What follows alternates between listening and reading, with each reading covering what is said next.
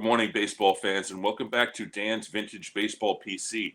Do not be fooled by that very fancy name. It's just me and some friends talking about baseball cards. Sorry about last week. Was no show last week because I was under the weather. So sadly, was out sick for several days and recovered during the weekend. But I'm back and back with a vengeance because we've got a great show coming up.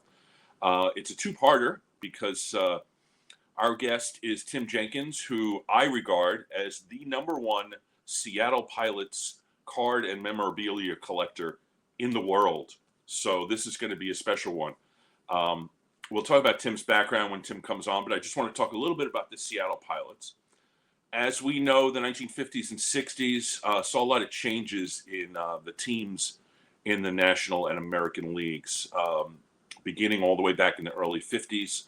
The Browns moved from St. Louis to Baltimore. The A's moved from Philadelphia to Kansas City. The Washington Senators moved to Minnesota. And of course, devastatingly, the two National League clubs in New York moved to California. So there's a sort of a westward expansion of Major League Baseball throughout the 50s and 60s. And then we got expansion. In 1961, we got a new team in Washington. They would eventually move a dozen years later. In 1961, we also got the California Angels, who would become the Anaheim Angels and the Los Angeles Angels, and they would move around, but the franchise still exists. And in 1962, we got two National League teams. National League brought back baseball to New York with the Mets and what was the Houston Colt 45s. But in 1969, we got four new teams, two in the American and two in the National. The National League brought in the Padres to play in Southern California, and they also brought in international baseball, the Montreal Expos, who subsequently now moved to Washington. And in the American League, we got the Kansas City Royals, and for one season, we got the Seattle Pilots. We'll talk a lot with Tim about the Pilots and why they were only in Seattle for one season. There's a lot of reasons, a lot of it mostly financial. But the Seattle Pilots were an interesting club, whereas the Kansas City Royals brought in mostly young players, tried to develop from the ground up. Seattle was one of those teams that brought in a lot of veterans, and they tried to contend as soon as possible. There were established players like Tommy Harper and Tommy Davis, Don Mincher. Ray Euler from the Detroit Tigers came in to play shortstop. So they had some established players, but a lot of the players were sort of cast-offs. And they're a very interesting team that became legendary in large part because there was a book written mostly about them, Jim Bouton's Ball 4, and we'll talk plenty about Jim Bouton. But let's go to the slides right now. This is the Pilots page on Baseball Reference. They did finish the season 64, 98, and 1. They were, at one point in June and July, sort of hovering around 500. The manager was the inimitable Joe Schultz, who only managed one season in the major leagues. I think he had a couple of points where he was a coach with the Tigers, where he took over for a few games here and there. Marvin Milks was the general manager, and he becomes sort of an anti-hero in Ball 4. And they played at Six Stadium in Seattle, which I believe doesn't exist anymore. Six Stadium was a minor league baseball stadium, and famously, they tried to turn it into a major league baseball stadium. All the way up until opening day, they were still putting seats in the stands, and there's pictures of them doing that. Joe Schultz didn't do that bad of a job. Honestly, if you look at the Pythagorean win-loss, he's only one game off, but he had challenges, and the challenges were that a constantly shifting roster. As you can see, just position players. There are 28 different position players. The regulars, like I said, Mincher, John Donaldson played part of the season. Euler, Harper and Davis were regulars. Wayne Comer, who had come from Detroit. But if you look and see, there's a whole list of guys that played part-time, few appearances, 20 games here or there. So they really had a very changing, shifting roster, and pitching was a nightmare. Back then, contending teams used maybe 12 to 15 pitchers in a season. Seattle Pilots used 25 different pitchers. They got Gene Brabender from Baltimore at the end of spring training, and he was the quote-unquote ace. But they had guys like Marty Patton, who was young and became a better pitcher, but same thing with Mike Marshall. And they had cast-offs like Fred Talbot, Diego Segui, John Gellner, and of course Jim Bouton, and Gary Bell from they got him from Boston, I believe. So that's the basics of the season for the Seattle Pilots, but it's way more interesting than just the numbers. And of course, there's ball 4. So let me bring on Tim, and we'll go through the cards. My cards first, and then of course Tim's massive collection. Good morning, sir. How are you? I'm doing fine, thank you. So I know you're on the West Coast. You're a Seattle guy, so I appreciate you getting up bright and early. Sure. to do the show here. I always appreciate my my West Coast guests doing 3 hours earlier. But anyway, so I always ask my guests about their background in sports and in collecting, and why this particular team. And I know the answer to this. I started collecting in 1970, and the Seattle Pilots are in the 1970 set. Of course, we know that they didn't actually play in Seattle in 1970. And for me, as a little kid, I was not even 7 years old collecting these cards. They were fascinating to me, and they've always been fascinating to me, which is why I kind of have a bit of a Pilots collection. But for you, it hits home, so to speak. So why don't you tell us about your history with Seattle Pilots, and ultimately how your collection grew to be what it is right now? Sure. First of all, I want to make one correction to your introduction. I do have an extensive Pilots collection, but there are at least 2 people that I know very well whose collections far exceed mine, but they're just not very active on any social media. So that's why you don't know of them. So I just need to acknowledge that. Okay. But I remember the Pilots when I had an older brother who was interested in baseball, 5 years older than me. And when the Pilots came in, he was all excited, which translated to me as well. We lived in central Washington State, about 100, close to 200 miles from Seattle. So unfortunately, I never got to go to a game. But we listened all the time on radio. Jimmy Dudley, the old Cleveland Indian announcer, was brought in to be the lead voice of the Pilots. And Sean Lee, who went on to be famous as a Portland Trailblazer basketball announcer, was the second guy. And we played wiffle ball in the backyard, and I put on glasses to be Don Mincher because I saw a picture of Don and goggle-like glasses. But so I followed the Pilots from the very beginning. My brother subscribed to Sporting News, and so I looked at all the articles, cut pictures out of the newspaper, all of that. And I was 7 years old. So when the Pilots left, I can't say that I was totally devastated. I mean, I was disappointed, but at 7, you just move on, right? But I was a big baseball card collector starting in 1968. So I remember all those Pilots coming through in 1970. I mean, I pulled them from packs in 1970. And the Pilots always just resonated with me because they were the Pacific Northwest team that left, the one-year team. I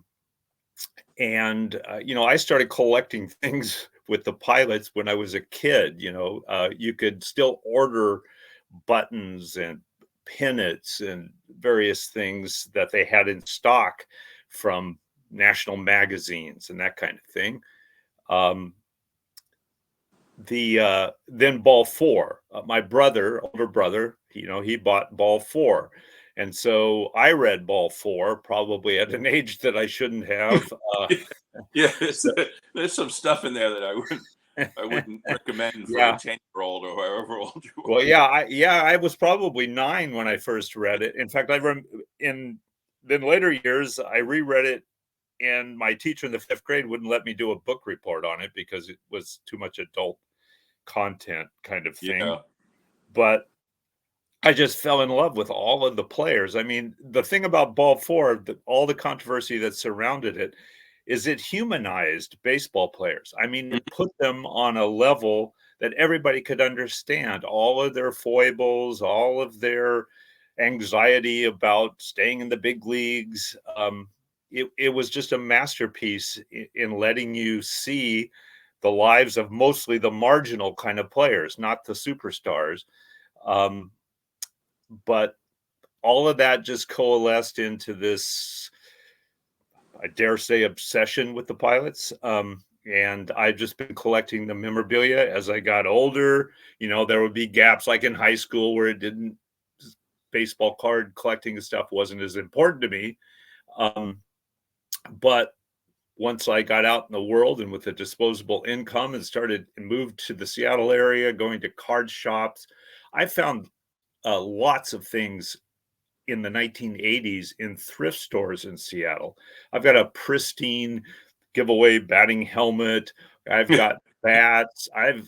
There's just coffee cups, things that were like 49 cents that now you go on eBay, it's $100. That type of thing. It's just the Yeah. Pilots, a lot of people in Seattle just wanted to forget the Pilots. It was just a fiasco and let's just move on, kind of thing. So there wasn't a lot of nostalgia for most people to hang on to this stuff. So, we'll get to the good part of the end of the story, so to speak. Is it only took you another 7 years to get a team in Seattle, and that team, obviously, the Mariners have been there for 30, no more than that, almost 40 years now at this point. Right. And that 77. was, of course, Yeah. directly as a result of Yeah. the Pilots leaving. Yeah. So I guess the hurt exists for me still in Brooklyn, and I wasn't even born yet when they left. So the hurt for only having the team for 1 year, you don't get as much of a connection, but you get a new team coming right back in. So that I guess I know I have cousins that I'm very close with who live right outside of Washington, and they were pretty devastated, and they're a little bit older than me when the Senators left at the end of '71. Yeah. And it took them almost 20 years to get a team back. So Right. anyway, so the great part about Ball 4 for me, and we talked about this before we went on. I read it a bunch of times, probably not nearly as many times as you've read it, but I just, to prepare for this show, downloaded the audiobook. And I paid like $16 for it, but that's okay. It goes to Jim Bouton's estate. But Jim Bouton does the audiobook and narrates it, and he's terrific. He puts life into it that I didn't, that I wasn't picking up on, and he finds things funny that I knew were funny, but he finds them funny, I think, probably in a little bit different way. And he does some sing-song stuff, and he does some imitations of things, like he'll do a little bit of a Sal Magli imitation. So the audiobook is actually something I would very much recommend to anybody who's watching this who has any interest not only in Seattle Pilots but baseball of that era, because there's a lot of Yankees stuff in that book, and of course, as you said, a lot of things about marginal players. Like Gary Bell is a guy in that book who, by the time he gets released, you feel really bad for him. Yeah. You suffer with him the way Bouton suffered with him. Just having his career go from being an American League champion in '67 to being pretty much out of baseball, And worrying about such mundane things as how are they going to get their new TV moved to Chicago, right. And picking up the real estate books, because what are you going to do when your career's over? It's a lot of these guys. It was a real thing, and so let's go. So we'll bring back in the slideshow. There, of course, is Ball 4. That's the paperback. That's a photograph of the paperback edition that I grew up reading. Right. I don't know where my paperback is anymore. It's a long story, but I lost a lot of books 20 odd years ago in a natural disaster. But that being as it may, so that's what I grew up in, reading the that particular version of it, and the dog ears of the pages were definitely.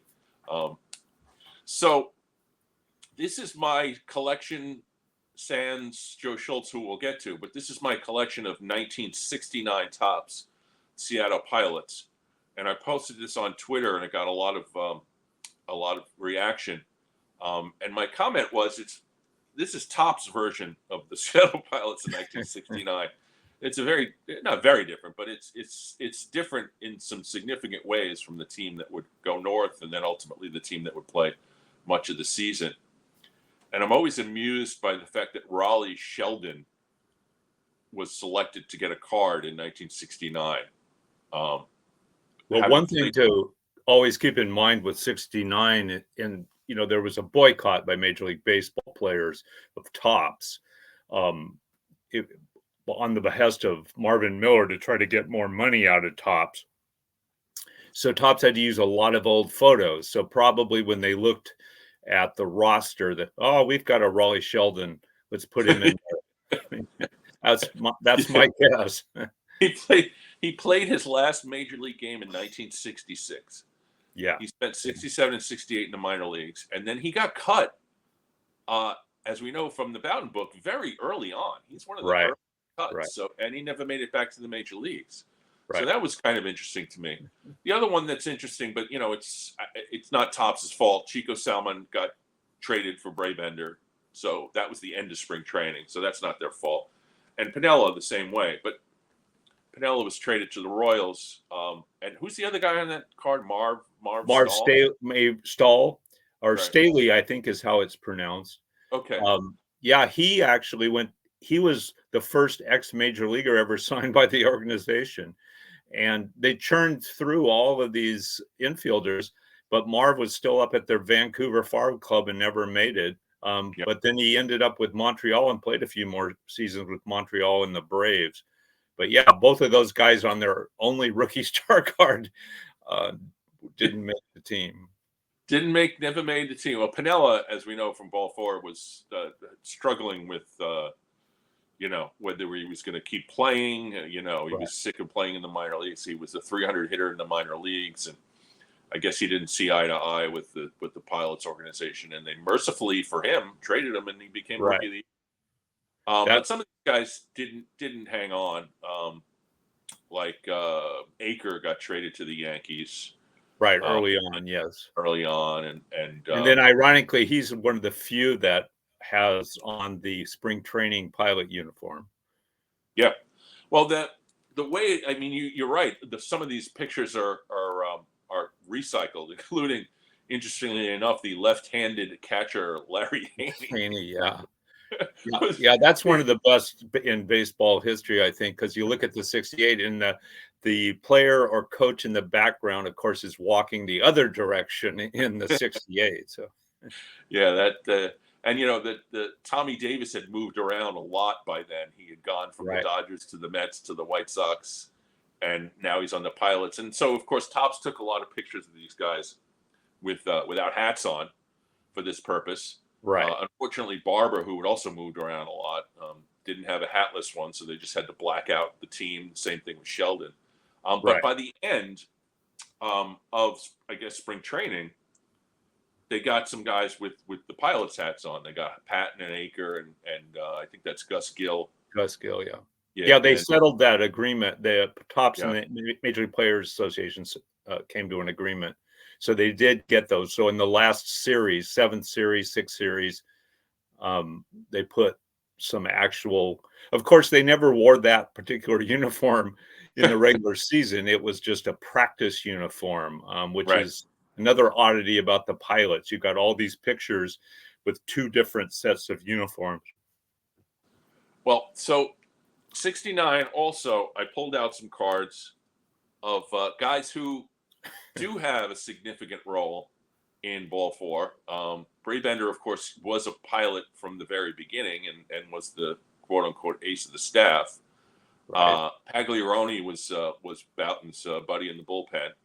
He came from the Athletics. Fred Talbot, of course, had been sort of a nemesis of Bouton's during his time with the Yankees, and then they traded. I guess it was in May, I think, Acre straight up for Talbot, and then of course Dooley Womack is famous for a number of reasons. One of which is that he was a sort of a nemesis of Bouton's with the Yankees, and then ironically was traded for him when Bouton was traded to Houston in the end of August. So Dooley Womack was a pilot. All four of these guys were pilots. Did you? There was a link to it below because it's on YouTube. I think it's 2011 or so. There was a documentary where they brought a lot of these guys back to Seattle. I was at that event, and Dooley Womack was there with Bouton. So that was kind of a strange thing. I don't think they had a lot of animosity toward each other. It was just that Dooley was kept by the Yankees and Bouton was sent to the minors, and then the trade. So it's just like Dooley Womack was haunting him. So yeah, the I guess it was it 2011 that whole thing? 2011 sounds right. They did a documentary, and they had about 8 or 9 pilots there, and they had a forum, and Bouton was the one, of course, who was leading the discussion and telling all these stories, and it was great. Jerry McNerdney was there, and Larry Haney. I know Goosen was there also. Goosen was there. He's hilarious. He was hilarious. So the other cards that I pulled out were the coaches. Of course, Schultz has a card in the 69 set. Right. But one of the interesting things about the pilots is that they brought in a bunch of really old guys to be the coaches. Yeah. Whereas a lot of these expansion teams, they bring in, a young manager, and although that didn't really happen with the Royals, but the coaches were younger. So we got Sal Magley as the pitching coach. Magley was a guy who came up in I think his rookie card is 1951, and even then he was old, and he was done by the end of the 50s, and just for some reason he ends up being the pitching coach, and of course he has sort of antiquated ideas about throwing, and he's sort of a joke character really in ball 4, but was a great pitcher in the classic era of 50s baseball. He was the pitching coach for the Red Sox for a long time in the 60s, including the Impossible Dream Team. Okay. All right. But I don't think he got a lot of respect there either from the stories Gary Bell told.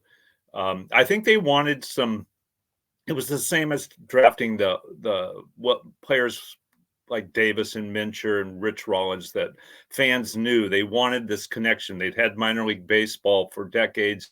They wanted everything to be big league. So that may have been why Frank Crocetti was brought in along with Magley. And of course, Eddie O'Brien was a local Seattle legend, a basketball player at Seattle U. And he basically needed just more time to get his pension. And that's basically why they gave him the bullpen coach job. So I pulled out my Frank Crocetti pre-rookie card, which I've shown quite a bit on the channel because it's a card that I really love. And Crocetti, of course, was a coach with the Yankees for 20 some odd years throughout all the 50s and 60s. He's got more or had more World Series rings, I think, than any other human on the planet between his playing days and his coaching days. But by 69, he was sort of, I think the Yankees were done with him. So Crocetti ended up being kind of a comic figure in the book. And as you mentioned, O'Brien, who has the famous card with his twin brother, John, the 1954 Topps, I pulled that one out too because another card that is humorous to me, but also important to me because I have twin sons myself who played baseball. Mm-hmm. So I think that's kind of a cool thing. But yeah, the coaching staff were old guys who didn't really necessarily relate to the new player, so to speak. So here's 1970, which is a little bit different because the there's more cards, and I think it a little more closely resembles the team that would go ultimately and play in Milwaukee that season. And these are in numerical order from where they, except for the Pilots team card, which is in the upper left. I want to talk to you about that team card because I think you have more information about it than I do. But anyway, so as my viewers may know, I have about half of the 1970 top set autographed, which includes, in this case, 20 of the 28 cards or 29 cards are autographed. All of these pretty much are TTM. There's a few that I purchased, and there's a few that I'm missing, like Brabender, who died in 96, I think. Goosen died in like 12 or 13, not too long after that documentary. But I got a lot of these also signed, including Dave Bristol, who's passed away, Bob Bolin, who's passed away. I think, is Rich Rollins passed away now too? No, I think Rich is still around. Yeah. And some of these guys, like Buzz Steven, passed away recently, and Locker. But some of these guys are still around, like Dave Baldwin. Wrote a book. He's still around. McNerney was the straightest guy on the planet, right? So he's lived a clean life, so he's good. I don't know why I don't have Patton. I think Marty Patton's still around too. But no, Marty Patton died quite a while ago. Oh, he did. Okay, I'm sorry. So anyway, that's the 1970 set. So as I said earlier, I collected 1970s, my first set. And I pulled these out of the packs, as did you, and was fascinated by the fact that I was told, well, they don't exist anymore. So it's interesting that Topps made the decision to stick with the Pilots, even in the last two series, when they knew they would have had time probably to put Brewers on there, but maybe it would have just been too confusing to kids. I don't know. Yeah, there's I guess I know Baldwin is high series, Rollins, right. Meyer, and is that Kubiak, I think? Yeah. They're high series. They're all in 70 spring training pictures. Yeah. So tell me about the Pilots team card. Do you have any information about when that picture was taken? Who's in it? Yes, there. As you mentioned in the introduction, the Pilots churned through, I think, a grand total of 54 players.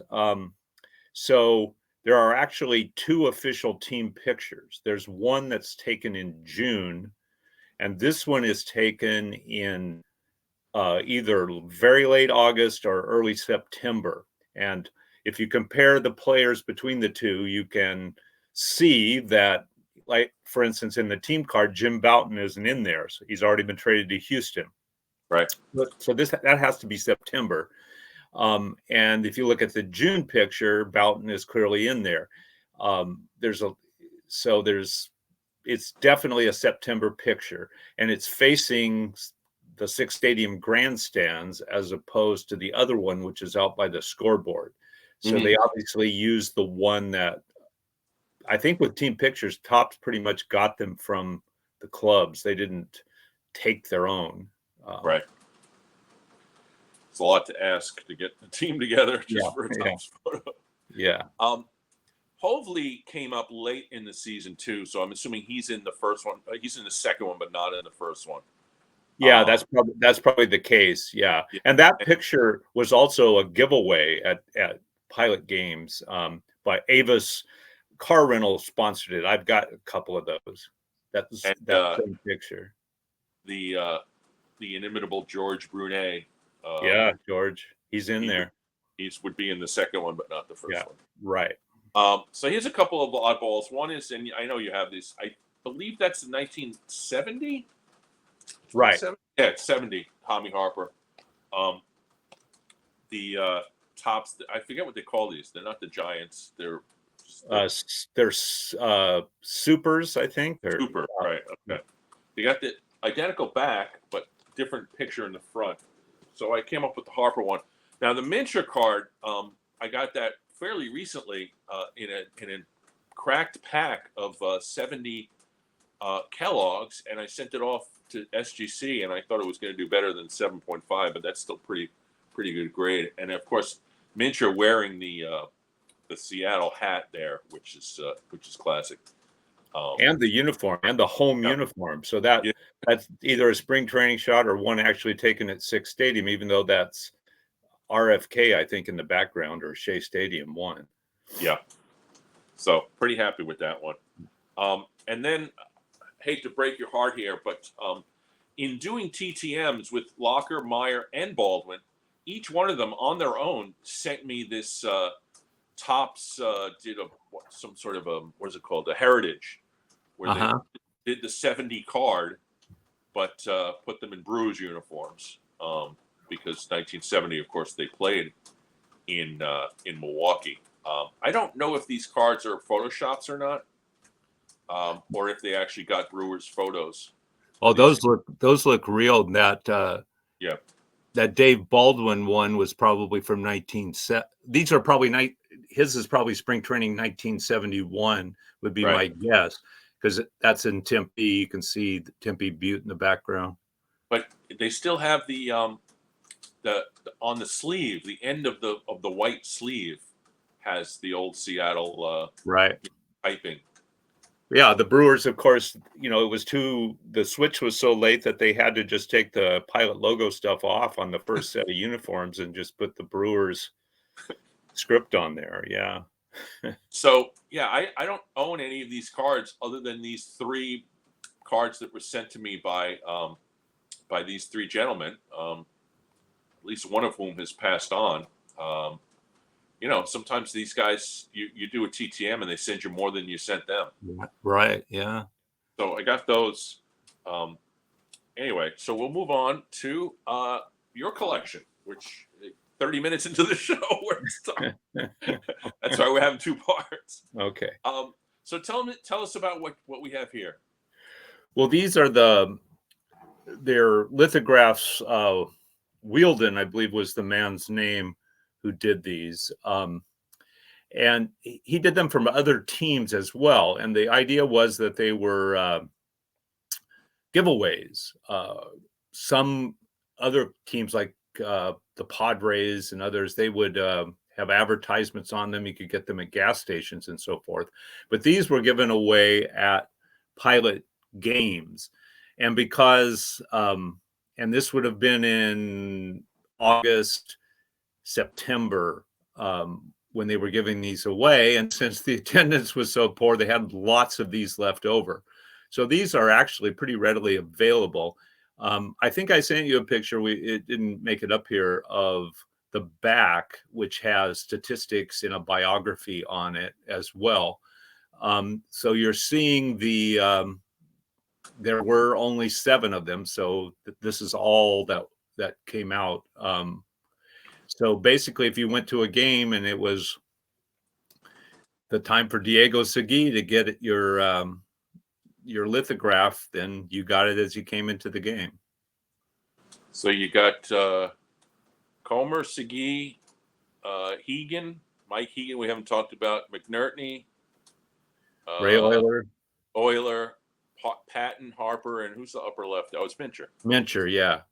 And of course, Tommy Harper was kind of the face of the franchise. He was with us leading the league in stolen bases, and he was just a player that the fans connected with because he was exciting.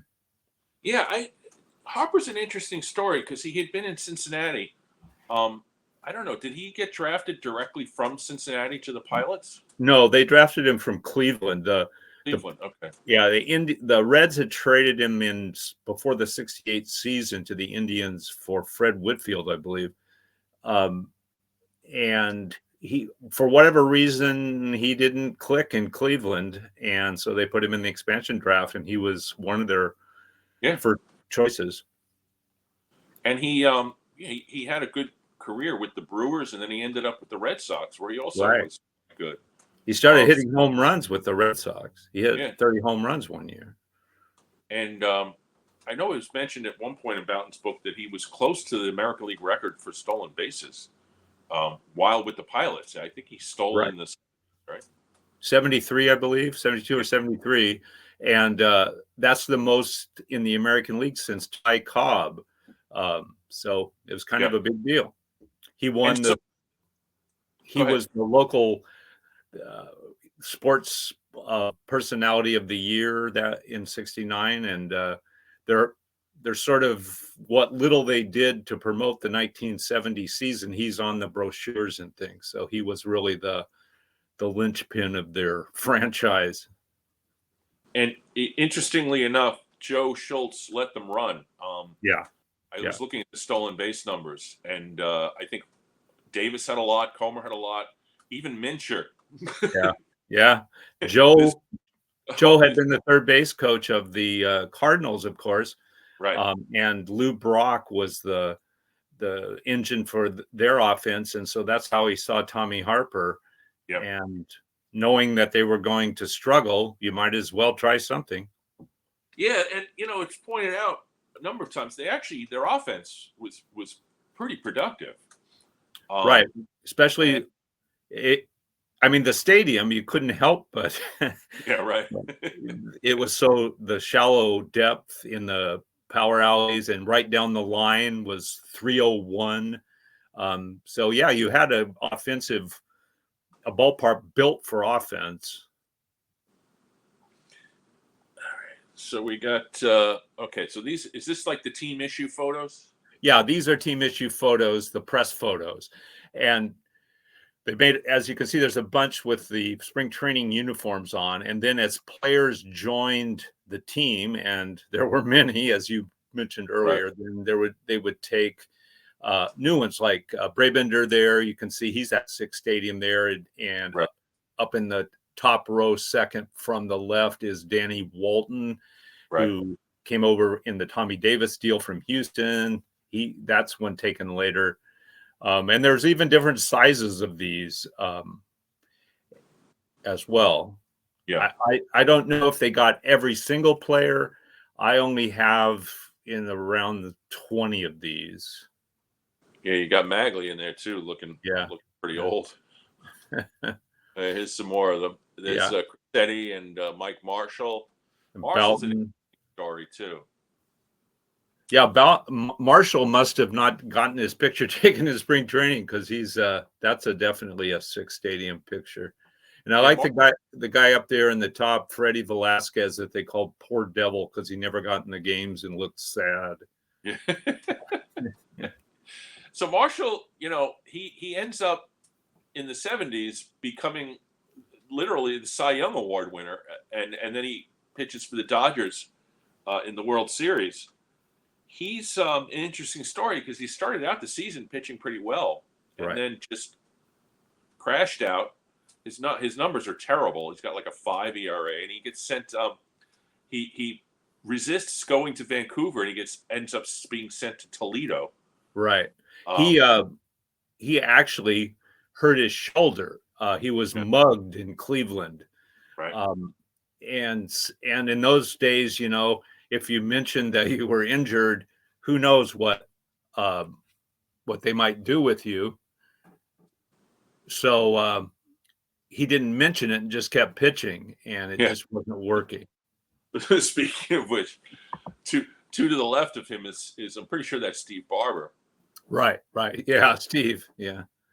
Barber, who had been an ace for the Orioles in the early 60s, won 20 games, I think, one year, and 18 another. Made an all-star team. But by the end of the 60s, had bounced around and was, his arm was falling off his shoulder, but he wouldn't tell anybody. So right, yeah. He stayed with the diathermia machine all the time. And so Barber actually ended up hanging around for another few years of a bunch of other teams. Situational lefty, they bring him in for get one guy out. Yeah, I know. At certain points in the book, Bouton's kind of pissed at Barber for not just going on the disabled list because he couldn't pitch, and guys are getting shipped out left and right. Yeah, who could have used that roster spot. So he's sort of isn't portrayed very well in the book. So these are these are cool. Are these newspaper? Well, these were put in in the spring and the winter of 68, spring of 69, the Seattle Post-Intelligencer, which doesn't exist in print anymore, they did these little caricatures and to familiarize fans with the team. And then in the late 70s, they decided, I think it was at the 10th anniversary of the pilots, it may have been 1979, they decided to go back and issue a set of cards based on all of these. And all that says on the back is Seattle PI. And so they took each of those caricatures, and I think you have a picture here too coming up of the actual newspaper ones that I have. Okay. And I bought this at a card show back in the 80s, and I'm not 100%. And I've asked around, and people can't remember exactly how they were distributed. Did you get them directly from the newspaper? I don't know, but you might notice that there's one missing there between McNerney and Tommy Davis, and that is Joe Schultz. And they didn't do a Joe Schultz. Wow. His caricature was in a Sunday magazine supplement. It was the first one. And so perhaps they've lost the print plate or whatever. It wasn't, they didn't have it. So it was never printed. I have seen one cut out from that magazine though. So you think they would have figured out some way to do that, but I guess it wasn't important enough. All right. Let me just skip ahead here for a second. Okay. All right. So yeah, I think I kind of messed up the order here. So this is this a customized set of the team? This is from the card company Renata Galeso. Oh, this is okay. Yeah. Yeah. She put this one together in I want to say 1983. It's right in that early 80s. She did a bunch of commemorative sets of teams. There's a Mets one, Yankees. And so almost all of these photos are taken at Comiskey Park in Chicago. And of course, they took 3 trips in there. And because they changed players so much, you can pretty much go on Baseball Reference and figure out, the exact game that these were taken at prior to. She didn't include all of the players, but there's a good sampling in there, as you can see. Even Sibby Sisti is in there. He was a minor league manager who joins them late in the season as an additional coach. I have to be honest with you. I have Sibby Sisti cards because of his Boston Braves connection. Right. But the other thing with this set, he was a coach, and I didn't get to that part of the audiobook yet when I put my pictures together. I have to point out that the cool thing about this set is that Jim Bouton autographed a bunch of his. So I have the one that they sent me in 1983, Jim's autograph on it. Okay. And they give you a little certificate as well. Yeah, we'll get to that. That's in here somewhere. Okay. Now, again, looks like a team issue, but I'm not certain. No. What do we got here? This is a custom set produced by one of the people I was telling you who is the Uber collector. Well, it's Dave Eskenazi. He's SABR member, historian. He has an incredible, beyond belief collection of Northwest sports memorabilia. Well, every year they have an award called the Fred Hutchinson Award, Fred being a baseball player from Seattle who died of cancer. And now there's a cancer institute in Seattle called the Fred Hutchinson Cancer Institute. So they hold a luncheon. So Dave got the idea, and it's baseball themed because the award goes to a baseball player who has done great charity work. So he had this commissioned based on mostly the publicity photos that the pilots created at the time. And they're the size of the popcorn cards that the Seattle Rainiers and Seattle Angels minor league teams used to produce yearly. So that's what they're hearkening back to. I have quite a few of the Rainiers and the Angel cards. So these would have come in a cone of popcorn in a little celluloid paper pack. So that's what Dave was trying to get at. And they would have advertisements on the back. And he went with Osborne and Euland, which was a longtime sporting goods store here in this area. But yeah, he did a great job in including some of really obscure guys in there, including Kurt Rayer, the trainer. Yeah, there's 50 some odd cards here, so he's got probably pretty much everybody. Yeah, and they're not. He even has some 70 pilots, or would have been 70 pilots in there, like Lou Krause and Bolin and pitching coach Wes Stock. Nice. All right, so there's the Boughton. Right, that's the Boughton autograph one that came with that Renato Galesso set in the early 80s. And that's just Boughton's Seattle PI caricature card. I think it's, of course, I'm prejudiced because of Boughton, but that's probably the best looking one because it really does look like him. And although that picture there looks more like Don Newcomb than the autograph at the bottom of the pilot profile, is that facsimile or is that it's facsimile? It's facsimile. Okay. But that signature, all the cards had that or the thing in the newspaper, the print had that signature there. So the idea was that kids would cut them out and get the players to sign them. Right. Okay. Let's see. Okay. Yeah. So there's the that's the certificate that they sent you with Jim Boughton signing it, saying that, yep, that's me. And I just gave you I have a bunch of extra of those sets, and there's just an example of a whole set still in the wrapper. And this is the back of the cards. So the Boughton on the left is the signature.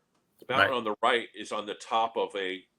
Yeah, there was only a certain number of them that were autographed.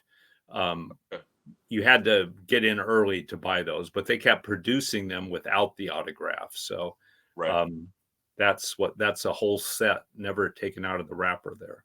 Still in the cello. Okay. Yep. All right. So I think this is slide 18. I think we got to 20 on this. 21. Okay. So I guess you've got displays. I've got displays. Yes, I do. Oh, man. And you mentioned, I don't know if you mentioned it before that you've got every autograph. I do. I have an autograph either on a ball, a card, a picture, an index card of every pilot except Miguel Fuentes, who unfortunately was murdered in the winter of 1969 in the Dominican Republic. And thus you had to get his autograph for the few short weeks he was on the team in 1969 in order to have that. So there are very few out there. I've actually physically seen one, though. Really? I didn't know they existed. Wow. They do exist. Yeah. The gentleman that I just mentioned, Dave Eskenazi, and another man, they both have one on a ball. But not on the card, though. No, not on the card. I've never seen one on a card. I've only seen it on a ball. I don't think it's physically possible. I think the card was actually issued after he died. Yes, he died. Yeah. So that's the reason why you can never complete a 1970 autograph set. I should mention that when we showed my 70s, that card was not in there because the other player, who I believe is Dick Bainey. Dick Bainey, yeah. I sent it away to him to TTM years ago and never got it back and forgot about it. So when I pulled everything out of the binder, I realized there's an empty space for that card. I did at one point own it, but now Dick Bainey owns it. And Dick Bainey's still alive, so I'm still having some hope that it'll show up years later. Anything about this that you want us to see here? Because this Oh, is well, a the one lot. thing to keep in mind here on this one part of my displays, I have it. This is resting on a 3-seat section of seats from Six Stadium. Yep. And so this is the pilot one. And then if we moved over, you would have, I have one for the Seattle Angels, who were there for 5 years as a AAA team in the Pacific Coast League. And then I have a whole section of stuff on the Seattle Rainiers, who are a legendary Pacific Coast League team. So, but this is the little pilot section I have. And then I have a display, which we'll see in part 2, other stuff. But, Right. the cards that you see there, there's the Tommy Davis autographed ball. I just put a duplicate of Tommy Davis by it. That ball has Jose Vidal's autograph on it, so I put a picture there. There's an autograph card of John Kennedy, and autograph Right. picture on opening day of Rollins, et cetera, et cetera. Is that And you that's can that see my picture? little, you can see the ball, the cover, the dog-eared cover of the Ball 4 book that I read when I was 9 years old, too. No, you still have it. Nice. Yeah. Okay, this is same, but a little bit closer there. Yeah. Okay. There's your Sibby Sisti on the Braves. That's a Sibby Sisti autograph ball that I got in person from him. Wow. He was at a SABR convention in Boston in 2002 on a Boston Brave panel, and I got him to sign that. Yeah. Nice.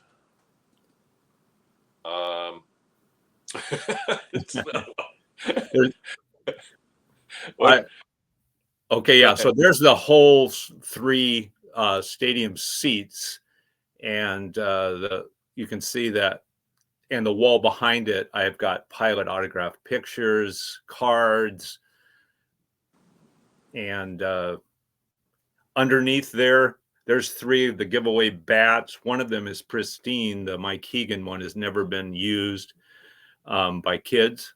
And then I collected gloves, the gloves that you could buy to play Little League or high school or whatever, that were endorsed by players who played with the Pilots. Probably the Hegan was the only one that was on sale at the time. Maybe Mincher, I don't know. But there is Boughton is out there somewhere. I've never been able to lay my hands on it. And I do have a Jim Pagliarone catcher's mitt, but I couldn't fit it in the display.